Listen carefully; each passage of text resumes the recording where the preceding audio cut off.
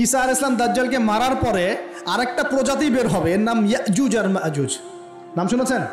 এই যে এই সূরার মধ্যেই আছে, এই সূরা কাহাফের কথা বললাম না, সূরা কাহাফের পিছনের দিকে আছে ইন্না ইয়াজুজ ওয়া মাজুজ মুফসিদুনা ফিল আরদ। যুলকারনাইন বাদশার কথা পড়বেন, তিনি এই যে দেয়াল নির্মাণ করে দিয়েছিলেন লোহা এবং তামা দিয়ে, মনে আছে, পড়েছেন? আচ্ছা, এই ইয়াজুজ আর মাজুজ যখন বের হবে পৃথিবীর পানি খেয়ে শেষ করে ফেলে দিবে একেবারে। এর এত বেশি হিংস্র হবে যে এদের সাথে লড়াই করার মতো ক্ষমতা কোনো মানুষেরই থাকবে না। এমনকি ঈসা আলাইহিস সালামেরও নয়। ঈসা আলাইহিস সালাম তুর পাহাড়ে চলে যাবেন মুসলিমদেরকে নিয়ে, তুর পাহাড়ের ভিতরে মুসলিমরা সেখানে লুকিয়ে থাকবে, পৃথিবীর মেসাকার অবস্থা হয়ে যাবে, পৃথিবীর পানি খেয়ে শেষ করে ফেলে দিবে একদম হিংস্র প্রজাতি। তখন ঈসা আলাইহিস সালাম আল্লাহর কাছে দোয়া করবেন, আল্লাহ এই বিভৎস জাতিকে ধ্বংস করো। আল্লাহ রাব্বুল আলামিন তখন ওই ইয়াজুজ আর মাজুজের এই কাঁধে, ঠিক কাঁধের মাঝখানে একটা ভাইরাস জন্ম দিবেন। কি জন্ম দিবেন? ওই যে বলি না মহামারীর ভাইরাস, অমুক ভাইরাস তমুক ভাইরাস, এই ভাইরাস আরও সামনে আছে বাকি এখনো। ওই ভাইরাসে, ওই পোকায়, ওই ব্যাকটেরিয়া বা যেটাই হোক আল্লাহ পাক যাই দিবেন, এতে করে ইয়াজুজ আর মাজুজের পুরো প্রজাতি ধপধপ ধপধপ করে মারা যাবে। মানে এটা ছোঁয়াচে রোগ হবে। কি রোগ হবে? ছোঁয়াচে। ঠিক যেমন আমরা একটু করোনা দেখলাম না, একজন থেকে আরেকজন, একজন থেকে আরেকজন, এরকম জিনিস চলবে আরও বিশ্বে। আর এখনকার নতুন রিসার্চ হচ্ছে ওই সাইবেরিয়া অঞ্চলের যে বরফগুলো আছে না, ওর নিচে এই 1 লাখ বছর, 1.5 লাখ বছর, 2 লাখ বছর আগের ভাইরাসগুলো নতুন করে জায়গা শুরু করেছে এখন। হ্যাঁ, এগুলো বিজ্ঞানীরা বলছেন যে এগুলো আবার কোন দিন জানি পৃথিবীতে আত্মপ্রকাশ করা শুরু হয়। সব কিছুই ঘটবে। বিশ্বটার খুব রহস্য আছে, বিশ্বটার অনেক রহস্য আছে। আল্লাহ পাক এগুলো খেলার ছলে সৃষ্টি করেন নাই, পরীক্ষা। লিয়াবলুয়াকুম আইয়ুকুম আহসানু আমালা, আল্লাহ পাক বলেছেন। এরপরে ইয়াজুজ আর মাজুজের সব প্রজাতি মারা যাবে। নবীজি বলছেন জমিনে কোনো জায়গায় ফাঁকা থাকবে না, সমস্ত জায়গাতেই ওদের দেহ পড়ে থাকবে।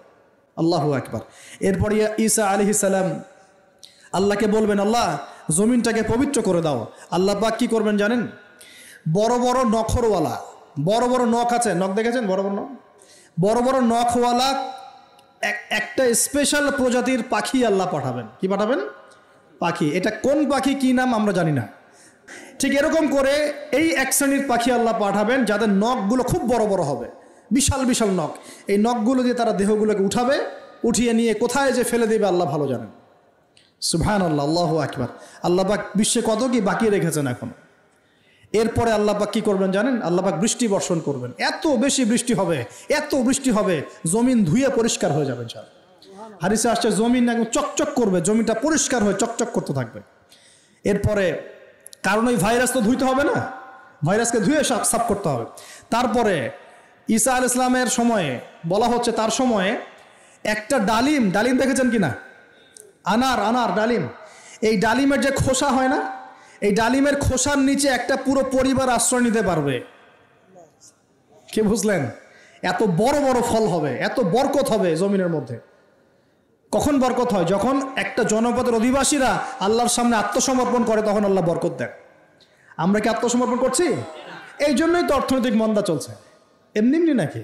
সুদ খাচ্ছেন, দিব্যি ঘুষ খাচ্ছেন, দুর্নীতি করছেন, জেনা করছেন, মানুষের সম্পদ আত্মসাৎ করছেন, মাপে কম দিচ্ছেন, আবার নামাজও পড়ছেন, মাশাআল্লাহ। তো বরকত কোত্থেকে আসবে? তো বরকত কখন আসে? যখন একটা কম আল্লাহর সামনে সম্পূর্ণ আত্মসমর্পণ করে। একটা ডালিম হবে, এটা রূপকথা নয়, এগুলা গাল গল্প বলছি না। এই প্রতিটা কথা আল্লাহ পাকের ওহী থেকে আসছে, এর একটা কথা মিথ্যা হবে না ইনশাআল্লাহ তাআলা। বিশ্ববাসীরা দেখবে একটা ডালিমের নিচে একটা পরিবার আশ্রয় নিতে পারবে। এত স্পেসিফিকলি বলা হয়েছে হাদিসগুলোতে। নবী সাল্লাল্লাহু আলাইহি ওয়াসাল্লাম বলেছেন যে 10 জন ঘোড়সওয়ার, কয়জন ঘোড়সওয়ার? 10 জন ঘোড়সওয়ার বের হবে ইমাম মাহদির সময়, যারা খোঁজ নিতে যাবে যে দেখি দাজ্জাল বের হয়েছে কিনা। ঘোড়ায় করে খোঁজ নিতে যাবে, দেখি দাজ্জাল বের হয়েছে কিনা। ওই 10, নবীজি বলছেন আমি ওই 10 জনের নামও জানি, ওদের বাবার নামও জানি। সুবহানাল্লাহ। এত স্পেসিফিক জ্ঞান দেওয়া হয়েছে আল্লাহর পক্ষ থেকে নবী সাল্লাল্লাহু আলাইহি ওয়াসাল্লামকে। তার হাদিস থেকে বলছি যে ডালিমের নিচে পরিবার আশ্রয় নিতে পারবে। তো অনেকে হয়তো হাসবে, কি বলে একটু উল্টাপাল্টা কথা, তাই না? নাস্তিকরা মনে করতে পারে যে হাসবে, আরে হাহারি এক দিয়ে রেখে দেবে। এখন মানুষ ফেসবুকের মতো চিন্তা করে, ফেসবুকের মতো হাসে, ফেসবুকের মতো কাঁদে। মানুষ এখন রোবটিক হয়ে গেছে। ঠিক আছে, আচ্ছা। তো এরপর কি? এরপরে বরকতের এই সময়টা শেষ হয়ে যাবে কখন? যখন মানুষ আবার সেই জেনা, পাপ, শিরিক, কুফর এগুলোতে লিপ্ত হবে। আল্লাহ রাসূল বলছেন এমন একটা মানুষও বাকি থাকবে না, একটা মানুষও না যে খালি লা ইলাহা ইল্লাল্লাহ কালিমাটা পড়তে জানে, এমন একটা মানুষও বাকি থাকবে না। বলেন নাউজুবিল্লাহ। ওরা হবে এই পৃথিবীর সবচেয়ে নিকৃষ্ট মানুষ, ওদের চেয়ে নিকৃষ্ট কোনো মানুষ এই পৃথিবীতে হবে না। এখনো কি এরকম সময় আসে নাই? এখন কি লা ইলাহা ইল্লাল্লাহ আছে না? আছে, হ্যাঁ, হয়তো তার পূর্ণাঙ্গ প্রয়োগটা নাই, কিন্তু কালিমা তো আছে কি না? তখন নবীজি বলছেন এমন একটা যুগ আসবে যে লা ইলাহা ইল্লাল্লাহ বলার মতো একটা মানুষ খুঁজে পাওয়া যাবে না, আর মানুষ রাস্তাঘাটে কুকুরের মতো জেনা করবে। রাস্তাঘাটে কুকুর যেমন সঙ্গম করে না রাস্তাঘাটে, ওই রকম করে মানুষ রাস্তাঘাটে জেনা করবে। ওই সময়ে আল্লাহ রাব্বুল আলামিন পশ্চিম দিক থেকে সূর্য উঠাবেন। কোন দিক থেকে? সূর্য সত্যি সত্যি পশ্চিম থেকে উঠবে। পৃথিবী একদিকে ঘুরছে না এখন, কে জানে আল্লাহ পাক পৃথিবীর ঘূর্ণন থামিয়ে উল্টা দিকে ঘোরাতে পারেন না? অবশ্যই পারেন। আল্লাহ পাকের জন্য এটা খালি বলা, কুন ফায়াকুন, হও হয়ে যাও, ব্যাস। আমি কয়েকদিন আগে রিপোর্ট দেখেছি, পৃথিবীর নিচে কিন্তু আগুনের স্তর আছে, জানেন তো? পৃথিবীর নিচে আগ্নেয়গিরিগুলো আছে। পৃথিবীর ভিতরেও একটা ঘূর্ণন হয়, সেই ঘূর্ণনের দিক পরিবর্তন হচ্ছে দিন দিন, এমনটা রিপোর্ট এসেছে। দেখেন, আপনি ইন্টারনেট ঘাটাঘাটি করেন, দেখেন। আর অনেকে রিপোর্ট করছে যে পৃথিবী আগে যে গতিতে ঘুরতো, এখন পৃথিবীর ঘূর্ণন গতি একটু বেড়ে গেছে। দেখেন রিপোর্ট, দেখেন। ঘূর্ণন গতি বেড়ে যাওয়ার মানে হচ্ছে টাইম দ্রুত পাস করবে।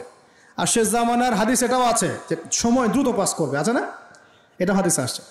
তো প্রিয় ভাইরা, এই সময়ে মানুষ খারাপ হওয়া শুরু করার পরে এমন খারাপ হবে, আল্লাহর নাম নেওয়ার মতো কোনো মানুষ থাকবে না, আল্লাহ আল্লাহ বলার মতো কোনো মানুষ থাকবে না। তখন পশ্চিম দিক থেকে সূর্য উঠবে। কিভাবে কিয়ামত হবে? নবীজি বলছেন একজন ব্যক্তি পানি খাওয়ার জন্যে পাত্রটাকে মুখের সামনে নিবে, পানি গিলতে পারবে না, কিয়ামত হয়ে যাবে। নাউযুবিল্লাহ। ইযা ওয়াকাআতিল ওয়াকিআ লাইসা লিওয়াকাআতিহা কাযিবা আল কারিআতু মাল কারিআ ওয়া মা আদরাকা মাল কারিআ। আছে না? আম্মা ইয়াতাসাআলুন আনিন নাবাইল আযীম। কত সূরা আছে কিয়ামত সংক্রান্ত, পড়ে দেখেন। ইযা যুলজিলাতিল আরদু জিলজালাহা ওয়া আখরাজাতিল আরদু আসকালাহা ইযা শামসু কুওয়িরাত ওয়া ইযা নুজুমু কাদারাত। এই সূরাগুলো পড়ে দেখেন। আম্মা পারার শেষ পারাটা, যেটা 30তম পারা, এর সূরাগুলো পড়ে দেখেন। কিয়ামত চোখে দেখতে পারবেন ইনশাআল্লাহ। সিংহায় ফুঁক দেওয়া হবে। আল্লাহ পাকের ফেরেশতার এত ক্ষমতা আল্লাহ দিয়েছেন, একটা ফুয়ে পুরো মহাবিশ্ব ধ্বংস হয়ে যাবে ইনশাআল্লাহ। চারটাখানি কথা নাকি? দ্বিতীয় ফুৎকারে আবার সবাইকে জীবিত করা হবে। এবং এই যে দুনিয়ার জীবনটা আমরা কাটাচ্ছি, এই 30, 40, 50, 60, 100 বছরের জীবন, এই জীবনের এক একটা হিসেব আল্লাহর সামনে দাঁড়িয়ে